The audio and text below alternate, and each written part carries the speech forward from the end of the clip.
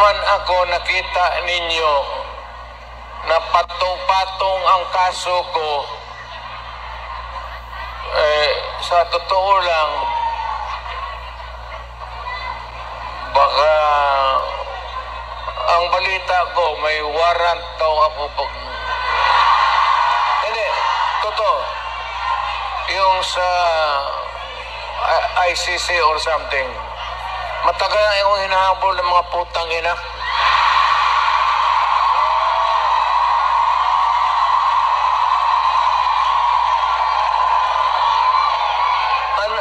Ano man ang kasalanan ko, na ginawa ko man ang lahat sa panahon ko para may konting katahimikan at mapayapa ang buhay ng Pilipino. Ang problema nito, ewan ko kung ang tingin ng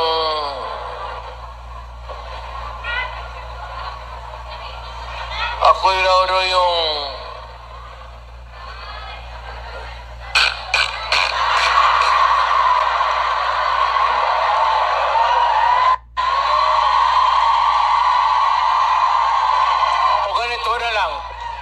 ganito na lang.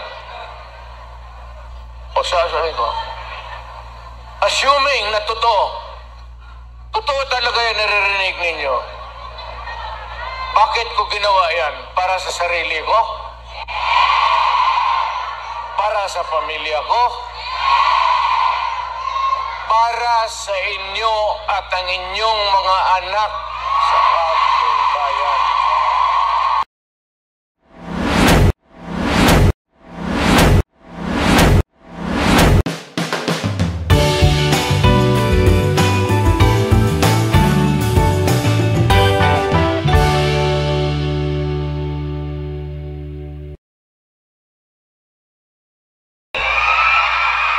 Tayo po ay tumayo. Atin pong salubungin ang pinakamagaling na Pangulo ng Pilipinas, Rodrigo Roa Duterte!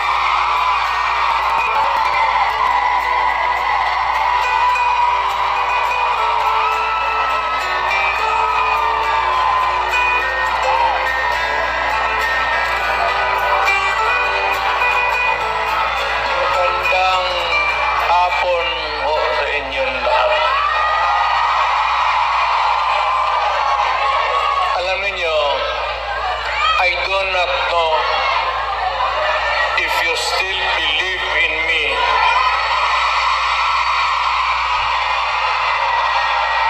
Pero nakatingin ako sa inyo. Ano po?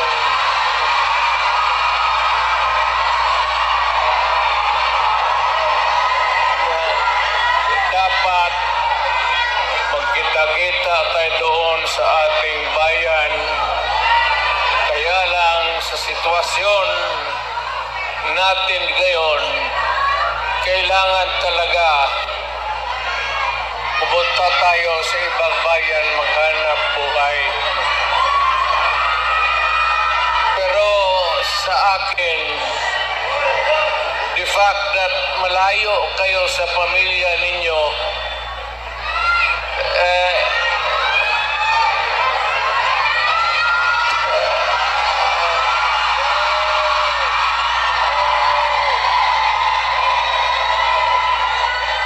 dama ko yung lungkot at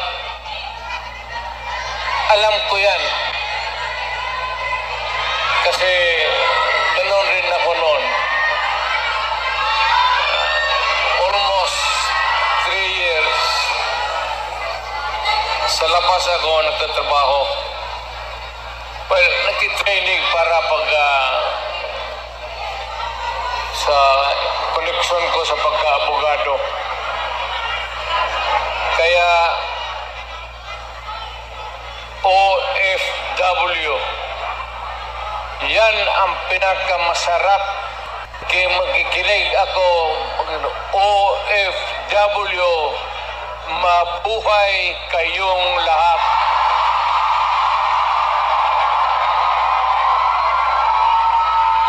At ang mundo dapat magpasalamat na merong mga Pilipino na magpunta dito sa kanila, sa ibang bayan, para magtrabaho para sa kanila at para sa atin, maipon ng pera para sa pamilya natin. Kasi, well, you know, it would take about 7 to 10 years bago mawala itong sitwasyon natin na ganito. But in the meantime, that we are not really ready economically to trabaho para sa lahat, then I said, napipilitan tayo dito maghanap ng trabaho para sa ating mga pamilya. Kaya ako ngayon dito, this is not the first time that I have kaharap palad natin. Magdasal tayo ngayong pagod ninyo. Ngayon do ang kinabang ng mga pamilya ninyo at ang mga anak ninyo. Mabuhay kong OFW. Yung lahat ng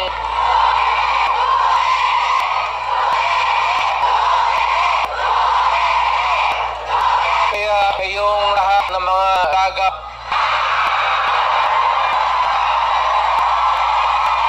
ilan ba to? Matagal naman ako daw, 1 buwan. Pakasalan ko kayong lahat para lumigaya kayo at magkaroon ako ng maraming pera.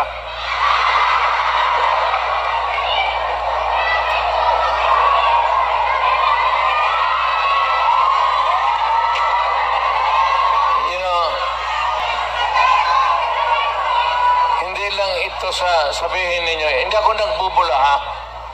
Yung mga taga rito na tuwanda na nung nakilala yung matanda na yung may karanasan sa Davao noon, alam ninyo yan na ang sitwasyon namin pareho sa inyo.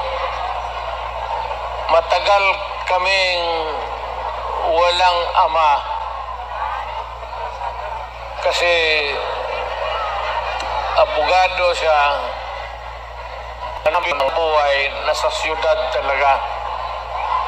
Ang abogado walang silbi dyan pag sa barangay. So ganun na-experience namin ako na ang tatay ko iniwan kami sa lolo pati lola ko at ang tatay ko nagtrabaho sa labas. Damang-dama ko talaga yung buhay ninyo. Huwag na yung kalungkutan, huwag na yung, kasi that's reality. Ginusto man natin sa hindi, kailangan talaga maghanap buhay. So, huwag na masyado yung mga sentimental na basta dito, punta tayo dito, nagtrabaho. At nandito kami, pinsan, kasama ko ang anak ko. Saan ba si...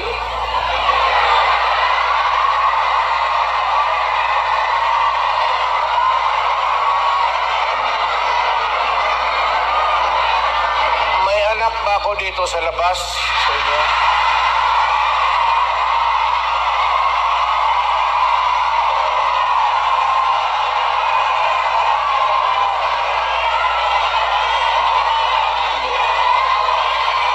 Sobra naman yung libala.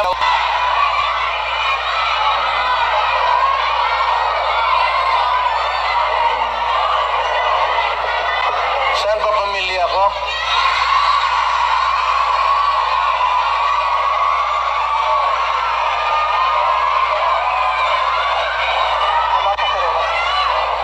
Wala pa si Inday na okay na. Importante dyan si Inday kasi Inday yung politiko eh. So, mabutit naman. Oo naman. So, anong pag-usapan natin? May pera kayo ibigay? Kasi 10 Hong Kong dollars lang. Walang makina akong kikitain dito.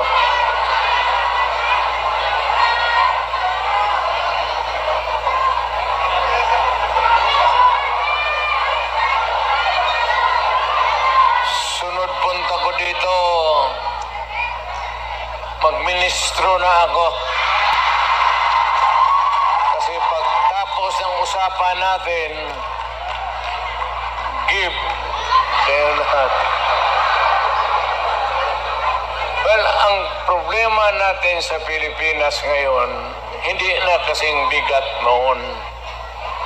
You know, you'll have to be patient with government. It is not at all times may kapalpakan. Ang akin lang, well, of course, kasi from the outside na ako, na makikita ako na yung ganito, yung seldom na tinitignan ng tao, ng Kongreso, na masilip lang man kayo kung ano ang kailangan, not only dito sa Hong Kong but all over the world, Filipinos who... So, ang akin, nagpapasalamat ako, ang una-una, yung tulong ninyo sa economy ng bayan. At second, yung social order. Yung problema na yung mga anak natin makapagpapos. Kaya naman ako nakita ninyo na patong-patong ang kaso ko. Sa totoo lang, baka ang balita ko, may warrant daw ako pag... Hindi, totoo. Yung sa IC or something. Matagal na yung hinahabol ng mga putang ina.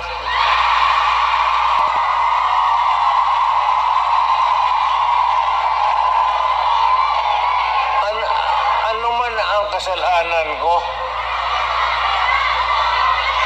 Na ginawa ko man ang lahat sa panahon ko para may konting katahimikan at mapayapa ang buhay ng Pilipino. Ang problema nito, ewan ko kung ang tingin ng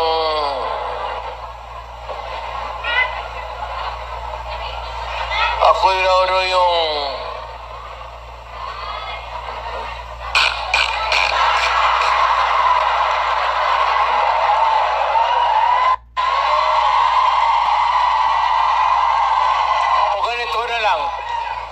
ganito na lang.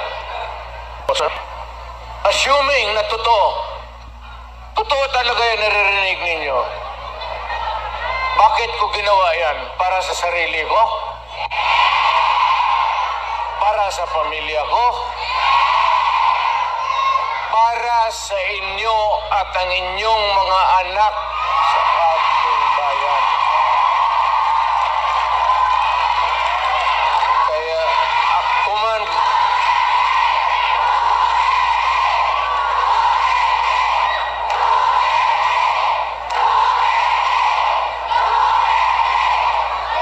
ang higain ko na lang sa inyo, total, kung ganito man talaga ang swerte ko sa buhay, okay lang, tatanggapin ko yan. Wala tayong magawa eh. Hulihin tayo kung ikulong tayo. Kaya lang, tayo mag-contribute kayo, baski $5, $10, para paglabas ko sa presuhan, paggawa ninyo akong monumento katabi ni Rizal. Si Rizal may hawak na libro eh. Akin,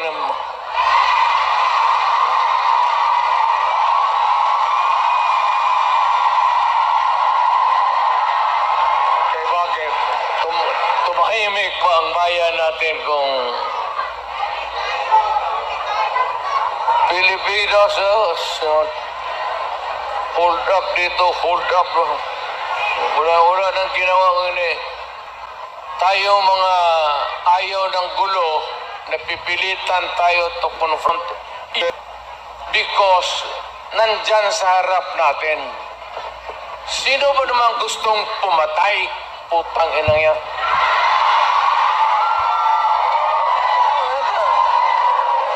Bakit ako why would I waste my time? Manila, pumapatay yan si Duterte, lumalabas ng gabi, ganon.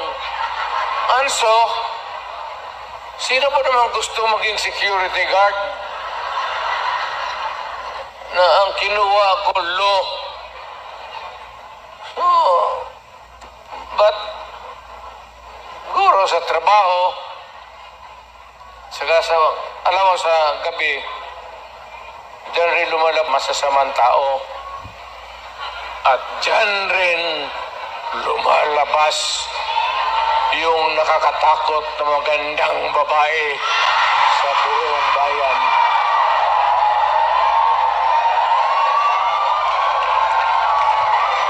Sino man nakita ninyo maganda sa araw, eh? Nakita?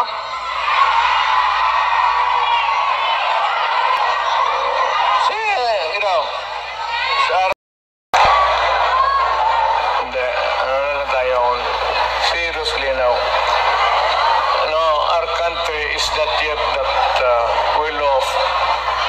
I'm very sorry na nakikita tayo dito at kayong napunta dito sa loob kasi sa labas mga Pilipino rin naghihintay doon. So, sino may-ari itong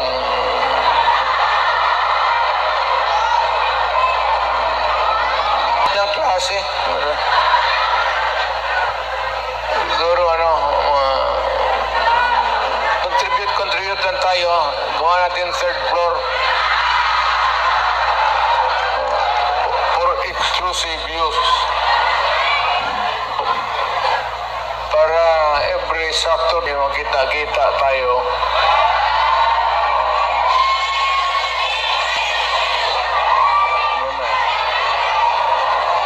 Maraming mag-uwi dyan, buntis na. Yung mga dalaga,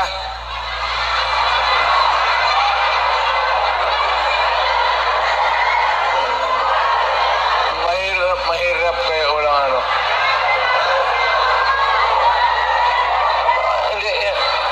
hindi ako mag-survive ng buhay na walang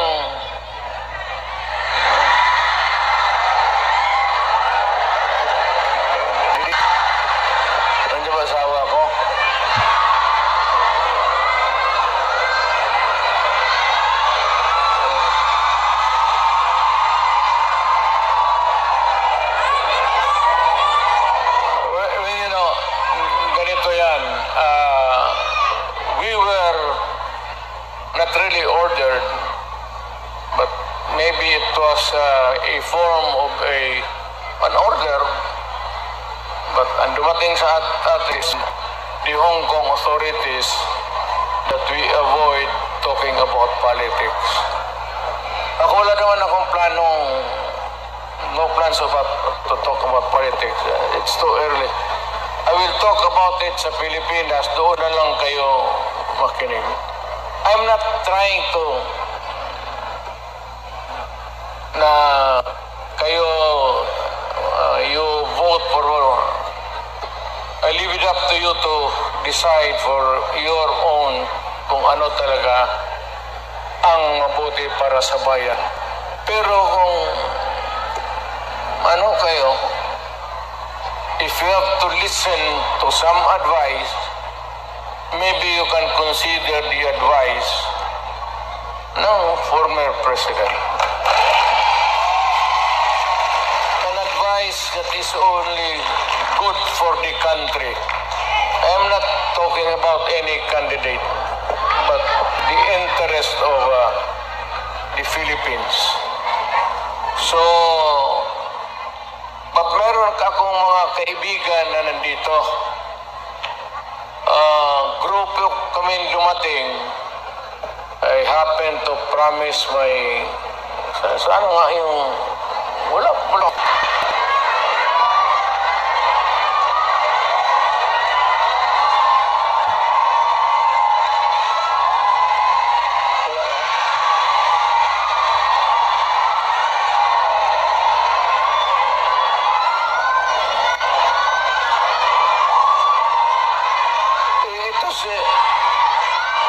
Ito si Hanelet kasi ang asawa ko overseas worker niya. Yung asawa ko ngayon, yung una kong asawa, huwag na yun.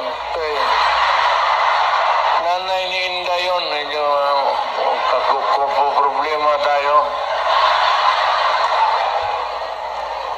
Alam mo yung nanay ba ni Inday? Tisayan. Nakita ko yan sa aeroplano, stewardess eh. So, hinanap ko kung saan yung bahay. Doon sa Monteverde, doon sa Davao, pasok ako sa mga bahay doon, nakita ko ang gaga. Nagalaba. Sabi ko, na maganda yan. Tapos sa hagdanan ako sa kabilang, sabi ko, Miss, Draga.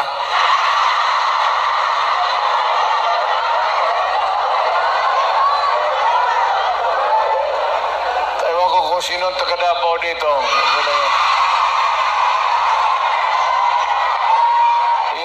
Yung hagdanan nila may nung halata ng nanay si Puring mother-in-law ko yung aso doon sa hagdanan tang ina hindi ako makaakyat kaya hiningi mo ano na yan yung anong tawag yan? Pukpok sa Bisaya.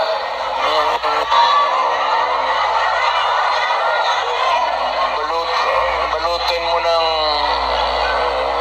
karne, tapon mo doon. Dalawang araw, ang aso nila, dalawang araw ako na, tangina mo, nung namatay, kasi yung nanay ni Elizabeth may pusto sa bangkiruan, mga damit. Kaya, yun. Ito naman si Elizabeth. Haba ng istorya. nag-abot ako ng Digos.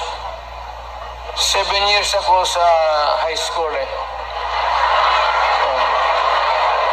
May graduate school na doon. Umabot talaga ako ng Digos, putang ina. Doon ako nag-graduate. Sa bagay, sa totoo lang ha, hindi ako nag-gayabang. Nothing to be proud of. Nothing to... taga Davao, alam mo, alam. Tignan mo ako, sinong mahusay sa lahat?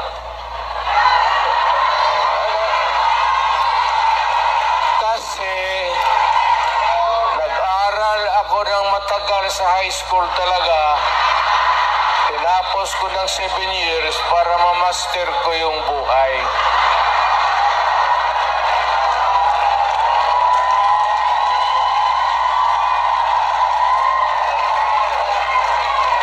Ngayon, noon magpunta ako dito, punta kami ng pamilya, wala kaming kilala. Ngayon, magpasok ako sa harap ninyo, mayabang na. Mga kababayan, ano bang sunod ang gagawin natin? Ano ba itong Pilipinas? Maligaya kayo o hindi? Maligaya pala sa bahay, hindi na yung Inday na. Ayun ang maldita. Di ba sinabi ko sa inyo, sino yung mga matatanda dito, nanay? Di ba sinabi ko sa inyo, maliit pa yan si Inday? Sinabi ko na inyo, maldita yan, bantay kayo.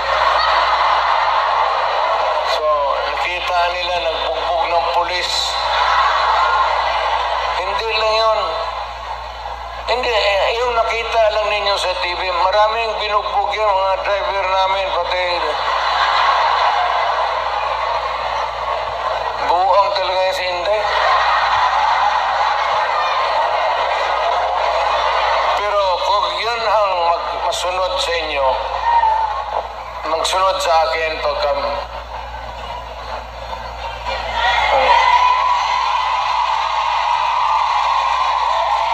maswerte kayo kung yan ang magsunod sa akin.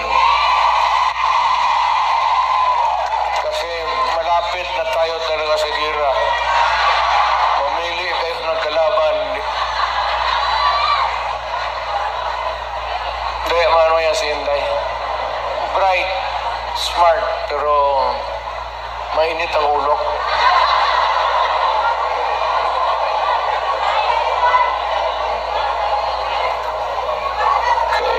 Hindi na ako magtagal kasi ang pinunta namin dito magpakilala naman. Sabihin ko lang yung mga pangalan, tandaan lang ninyo. Si attorney, si lawyer, Jimmy Bundok.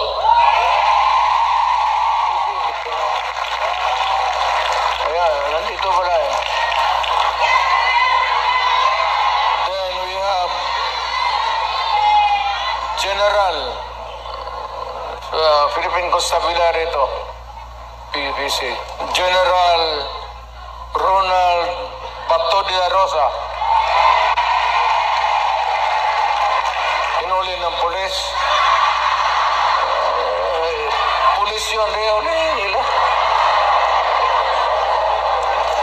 Tapos ang sunod, patron ito. Patron ito. Yung iba may mga medalya pa. Si Christopher. Saint Christopher. Senador para. Senador Christopher. Lawrence Bongo.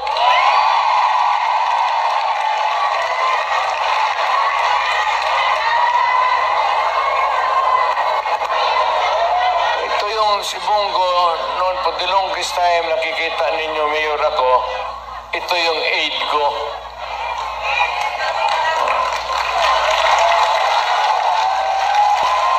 My first aid was a military man. Si Lieutenant, si Jimboy. Kabarkada niya, namatay. Tapos sabi niya, kung wala pa akong kapalit, many years ago, siya. Sabi ko, sige. Pero Mosay, Senator Go. Pero wala ka na, ito bright ito. Bright talaga ito. Chinese eh. Ang check, magkwenta ito sa yung mga finances namin gano'n.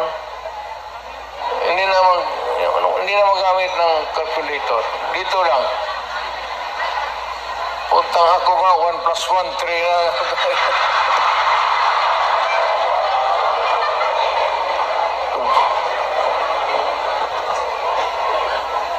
Tapos may isa to.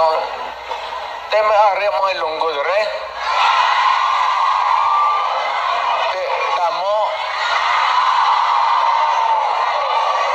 Si Atty. J.V. Hinlo. Western Visayas. Well, actually, ang Western Visayas, walang representation. Wala talaga. So, baka you might think it over at magbigyan mo. Then we have Attorney Raul Lambino. Pangasinan kasi, no? Ilocano to. Sino Ilocano dito? Okay, ma'am.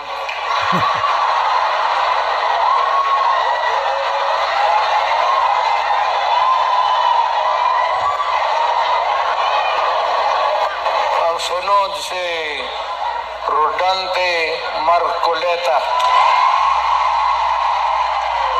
Is a very decent man.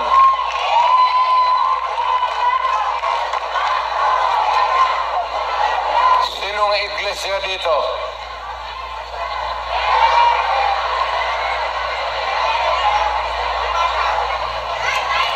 Kandidato natin yan, ha?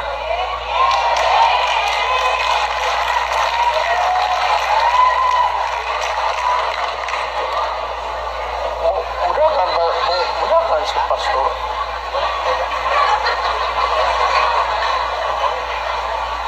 Kibuloy na daw. Pastor Kibuloy, Mayor, nasa study. So kung di mo siya kibuloy sa study. Puro mudahan siya. Si Pastor Kibuloy. Andito pala, hindi ko alam yan, ha? Honestly. Tatakbo pala.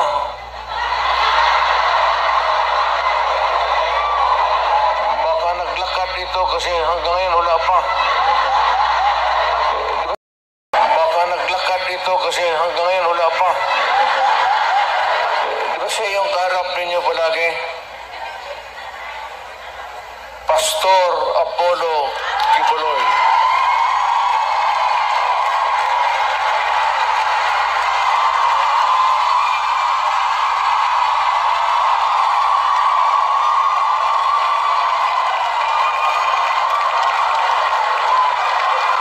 Tignan yung relo niya, pati yung relo ko.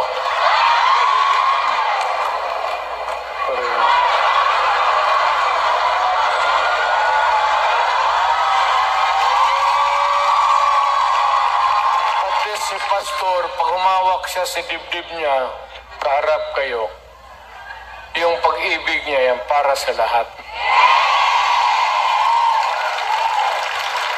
Kami naman, kung maglugod, tapos nakatingin ng magandang babae,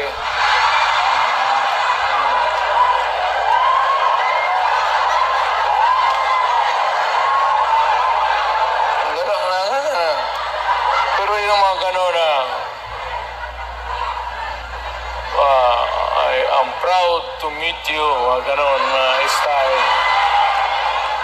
Pero yung ganon-ganon,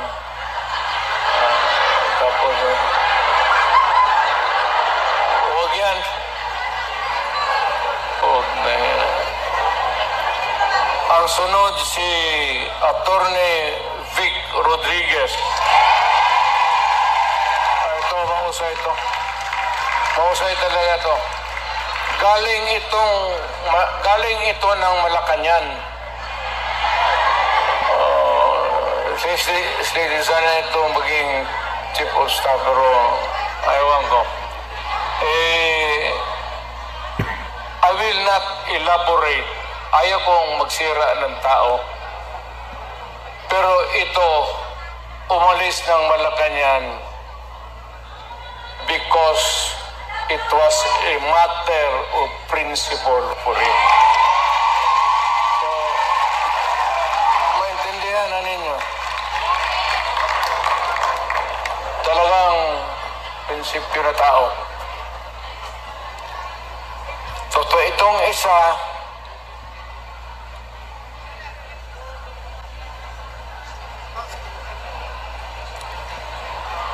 gusto magdagdag ito ng babae sa buhay niya.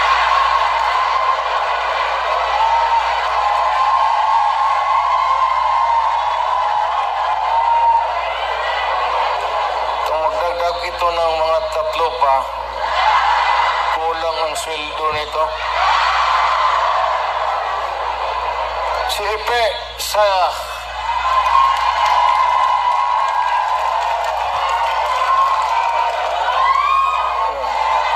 kita mo?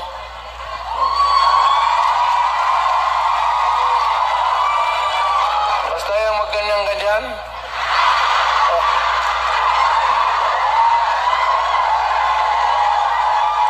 Style bulok.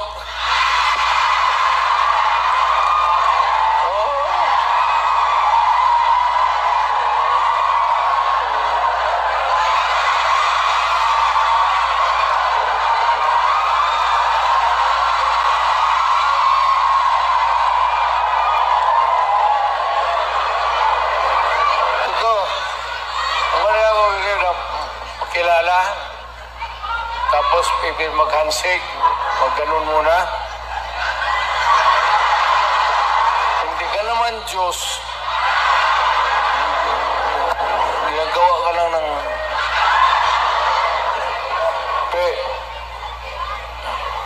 ipibahin mo.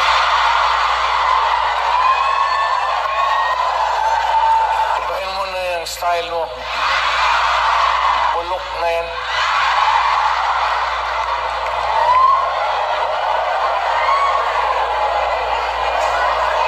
Tapos may idagdag kami, kung sakali lang, total makatulong ito.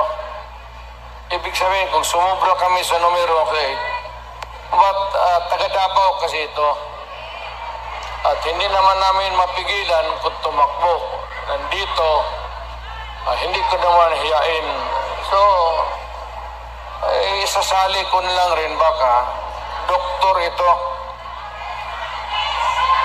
Pero ang balita ko, mga 8 na pasyente niya namatay na.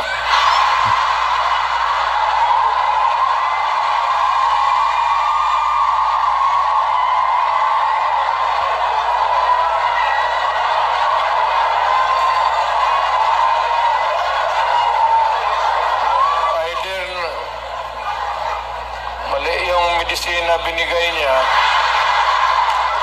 o pinatay niya kasi ayaw magbayad. Dr. Mata.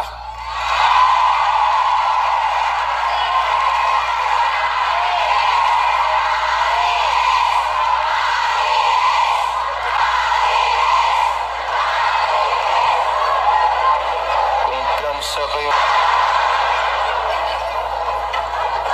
Sa totoo lang, sa lahat na mahiya lang ako sa lahat na binasa ko, at least lang ang tatlo ang medyo matino dito.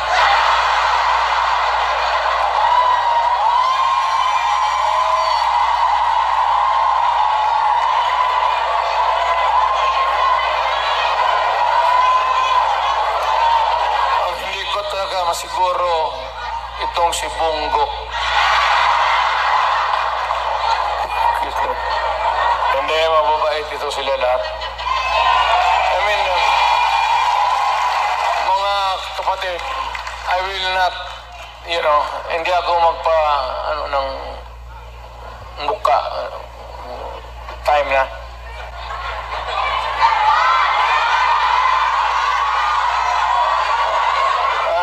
Ikaw yung manager dito? Ito yung mag-protocol, Mayor, na si Robin Padilla sa dito. 20 minutes pa, 20 minutes pa, 20 minutes.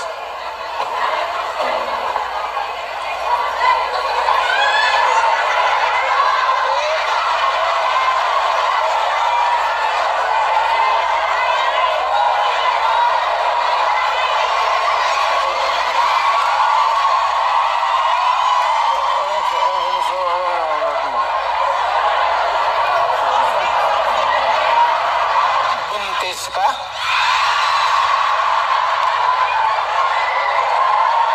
Imposible naman.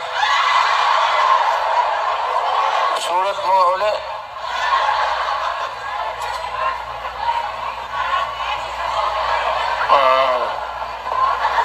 Kala ko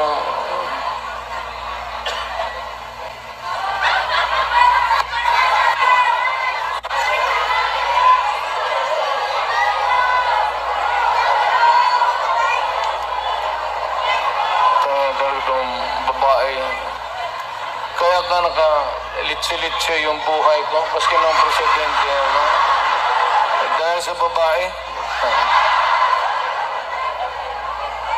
Kasi maraming bisita dyan sa Malacanang noon. Tapos may makita ako babae na maganda. Unahin mo yon. Bakit magreklamo mo? Pinabuntisan ako ng gwardiya mo sa... Tangina. Dito tayo sa party list. Si Harold Duterte. Alam mo, I have not... Hindi ko na nakilala itong... Nandito ba? Hindi ko talaga nakilala ito. Si Ryan Lim, ang representative.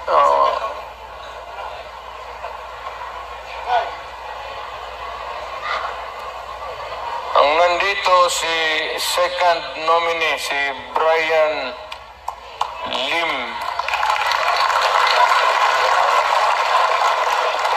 So, may dalawang injecta dito. Go pati Lim. Dito na lang kayo magtakbo sa Hong Kong. Sige.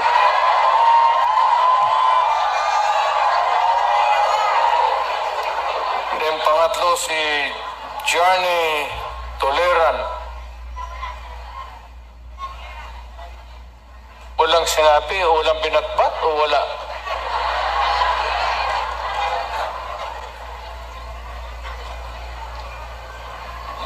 Bakit? Wala siyang pamasahe? Takbo-takbo gaya lang yung mga yun.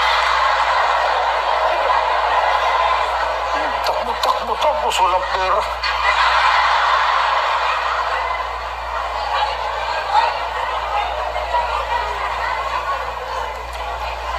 Ano pa ba?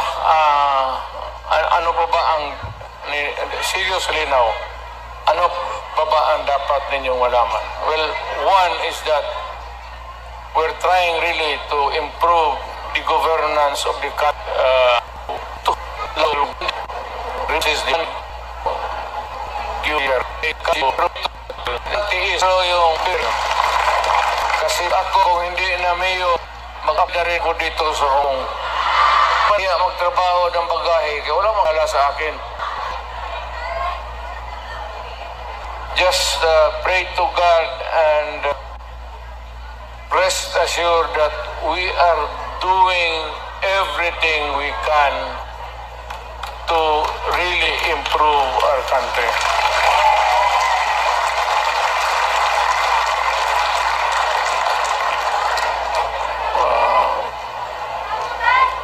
Well, anyway, kung hindi ko kayo maano, mayang gabi sa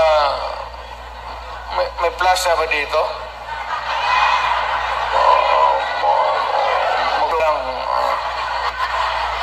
hindi sabay kasi hindi kaya. Istorya tayo ng problema natin sa buhay.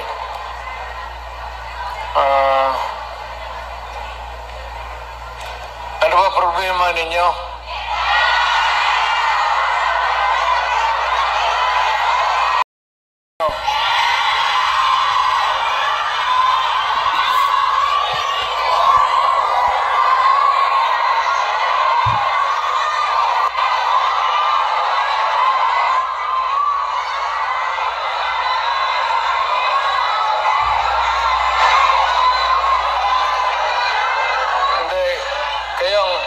Hindi ako nagbibiro, ha? Hindi ako nagpapatawa. Kayong may mga asawa, keep your faith in the marriage.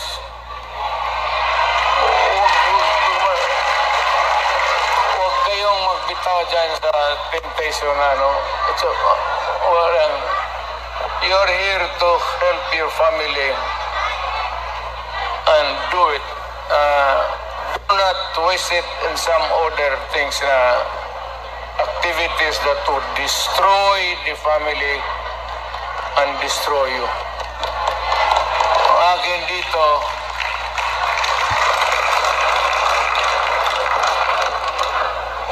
dito, punta lang ako from time to time. Pero kung kailangan talaga ninyo, hindi ako nagbiro, ha? Kung kailangan talaga ninyo, if you want something brought to the attention of the authorities here in Hong Kong, whatever it is, problem, makausap natin, I am willing to do it. Malapit lang naman, it's 1 hour 30. Hong Kong and Davao City are equidistant. 1 hour 30 minutes lang rin ang so I can come. Kung ano lang, huwag kayo pabigla-bigla. Huwag kayo pabigla-bigla. Kung hindi mo kaya, sino bang yung leader ninyo? Kung hindi ninyo kaya, paski anong klase yung problema, kung hindi na ninyo kaya, tawagan ninyo ako.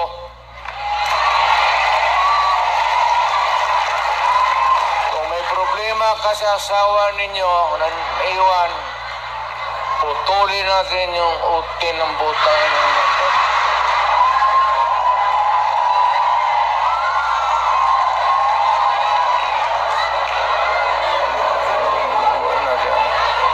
Basta nandyan lang ako sa Davao. Matagal ako nagserbisyo. I started as a prosecutor. I was doing trial work in court, then vice mayor for the longest time. Alam ko ang basta alam ko okay na to.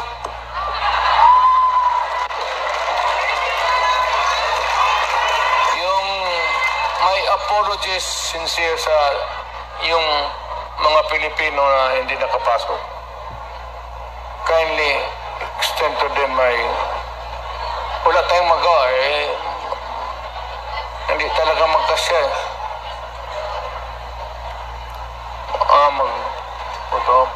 Sige.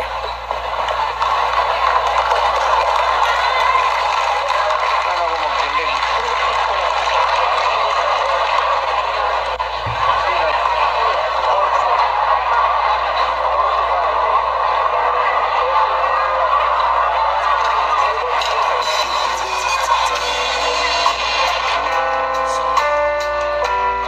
naman former President Rodrigo Roa Duterte. Proceed na tayo sa ating picture taking with the President.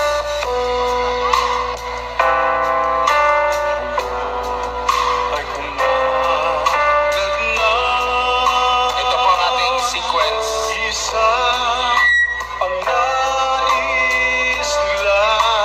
Ang una po, taas natin ang ating mga wataw at mga bandila.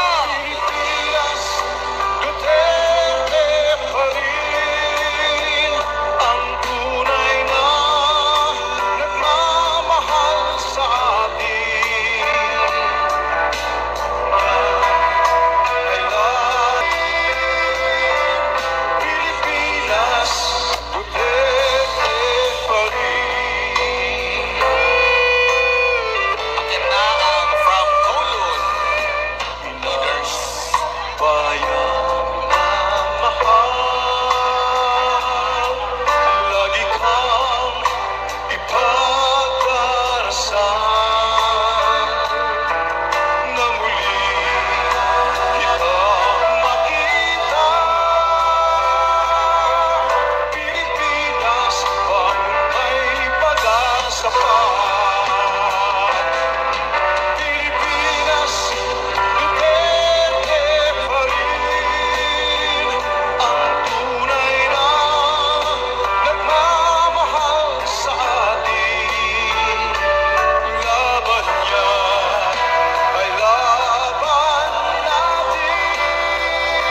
After ng Kowloon, prepare na ang taga New Territory.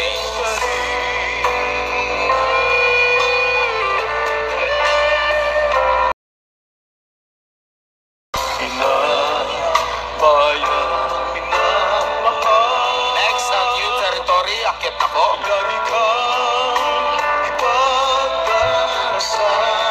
After ng New Territory is Hong Kong, ay ang Central Hong Kong. Please prepare.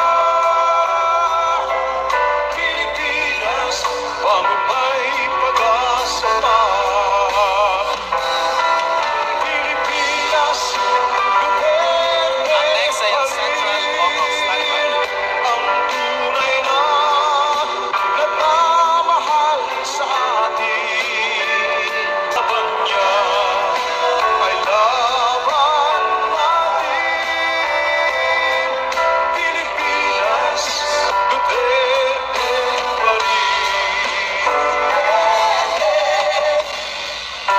Maraming salamat. Next, akit na po from Central Hong Kong.